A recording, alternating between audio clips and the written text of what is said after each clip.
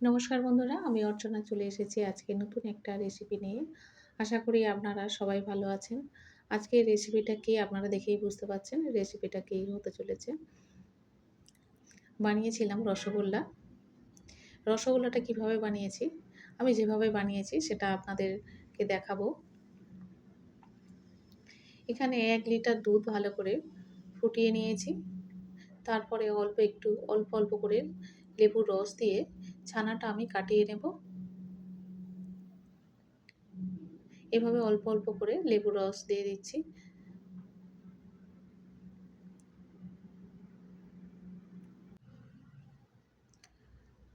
আরও একটু দিতে হবে।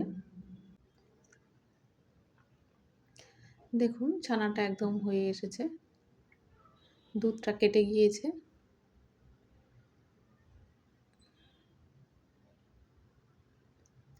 এবার এটা ছাঁকনির সাহায্যে এটা ঢেলে নেব।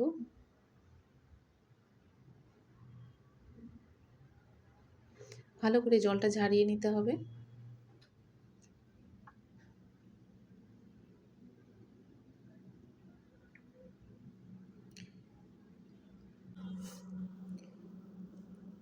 এবার এর মধ্যে জল দিয়ে দিচ্ছি।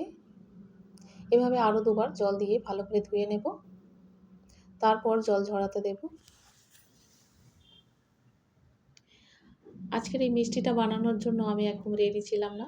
আমি কখনো রসগোল্লা বানাইনি। তবে বাড়িতে যখন আমাদের আগের সময়ের কথা বলছি, কোনো কাজ হতো, সে বিয়েবাড়ি হোক বা অন্য কোনো অকেশান হোক, বাড়িতে মিষ্টি হতো।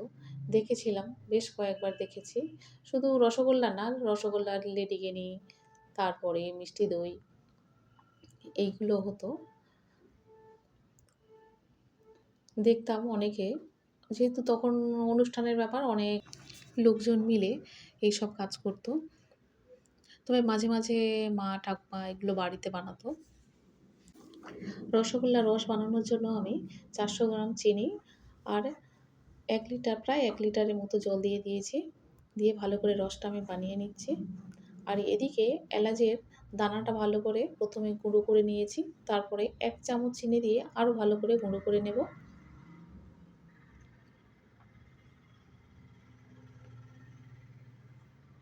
এটা খুব ভালো করে গুঁড়ো করে নিতে হবে।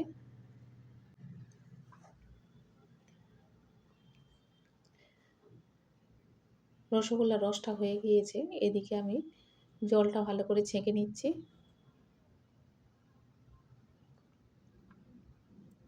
আগেকার দিনে যা হতো, মানুষ বেশি মিষ্টি খেত। তখন শরীরে যাই হয়ে যাক না কেন, মিষ্টি চাই। আর এখন মানুষের টাকা থাকলে কী হবে, মিষ্টি কম খায়। তখন বাড়িতে বানিয়ে মিষ্টি অনুষ্ঠানের জন্য বাড়িতে বানানো হতো। আর এখন সেসব আর নেই বেশিরভাগ ক্ষেত্রে। তো দোকানের মিষ্টিই মানুষ যেকোনো অনুষ্ঠানের ক্ষেত্রে কাজ চালিয়ে নেয়। আবারও এখানে জল দিয়েছি, 500 গ্রামের মতো জল আর 300 গ্রাম চিনি দিয়ে। এই জলটাতে এবার রসগোল্লা ফোটাবো, সেই জন্য এটা আবার দিয়ে দিয়েছি। জলটা ভালো করে ফুটিয়ে নিতে হবে। যাই হোক, ছানাটা মাখানোর জন্য প্রথমে আমি একটু মেখে নেব, শুধু মেখে নেব।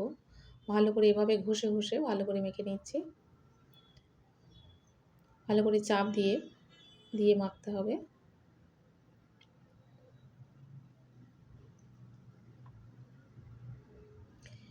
ছানাটা মাখতে গেলে একটু সময় লাগবে। এর মধ্যে যে চিনি আর এলাচের দানা গুঁড়ো করে রেখেছিলাম সেটা দিয়ে দিলাম 1 চামচ। আর অল্প একটু গুঁড়ো দুধ দিয়ে দিচ্ছি, প্রায় 2 চামচ দিয়ে দিলাম। দিয়ে খুব ভালো করে মেখে নিচ্ছি। তারপরে দিয়ে দিলাম 1 চামচ ময়দা। এখানে আর কিছু দেওয়ার নেই, ভালো করে মেখে নিয়েছি। দেখুন কত সুন্দর হয়েছে মাখাটা। মাখাটা খুব সুন্দর হয়েছে। এবারে এটা ছোট ছোট করে লেচি করে নিতে হবে। প্রথমবারের মতো আমি রসগোল্লা বানাচ্ছি, খুব ভয়ও লাগছে, তাই অল্পই বানাচ্ছি। খুব ছোট ছোট করে লেচি কাটছি। আগে কখনো আমি একা বানাইনি, নিজে হাতে বানাইনি। এটাই আমার ১ম বার। হয়তো কোনোদিন বানাতাম না। শুধু ভিডিও দেখানোর জন্য তাই বানাচ্ছি। না হলে কখনো আমার বানানো হতো না। ছোট, ছোট লেচি করে গোল করে নিচ্ছি। সাইজটা খুব ছোট করেছি। কারণ ছানা খুব কম ছিল। কম ছিল মানে এটা বানানোর জন্য আমি দুধটা ফুটিয়ে রাখিনি। অন্য কিছু করব ভেবেছিলাম। যাই হোক গরম জলের মধ্যে চিনির রসের মধ্যে আমি রসগোল্লাগুলো দিয়ে দিচ্ছি। এটা খুব ভালো করে ফুটিয়ে নিতে হবে।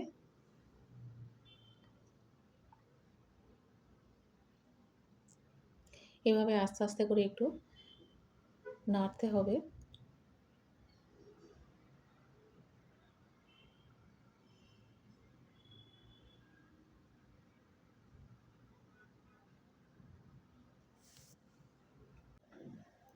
প্রথমবার বানাচ্ছি, তাই মনে হচ্ছে কি হবে জানি না। কতটা ভালো বানাতে পারবো সেটাও জানি না। কিন্তু ভালো ফুলেছে দেখতে পাচ্ছি।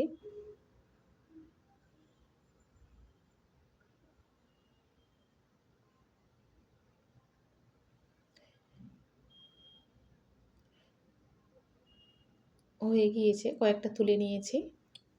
এবার আগে যে মিষ্টির রসটা বানিয়েছিলাম তার মধ্যে দিয়ে দেব।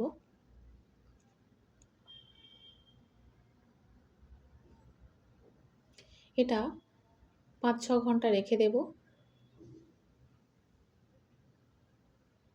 ফিরে এলাম। ৫ ঘন্টা বলেছিলাম, ৫ থেকে ৬ ঘন্টা। ফিরে এলাম ৭ ঘন্টা পরে। দেখুন কত সুন্দর হয়েছে। খুব ছোট, ছোট করেছিলাম। তবে সত্যি কথা বলতে কি, খুব ভালো দোকানের মতো হয়নি। তবে খুব খারাপও হয়নি। ভালোই হয়েছে। এমন নয় যে ফেলে দিতে হবে। ১ম বার চেষ্টা করেছি। যাই হোক, রেসিপিটা কেমন বানিয়েছি আপনারা অবশ্যই করে কমেন্টে জানাবেন। আজকে যে রসগোল্লাটা বানালাম। আমি অর্চনা, আপনারা দেখছেন মাই সেলফ দীপ্তেন্দ্র। অবশ্যই করে লাইক, শেয়ার এবং সাবস্ক্রাইব করবেন। দেখা হবে আবার পরের ভিডিওতে।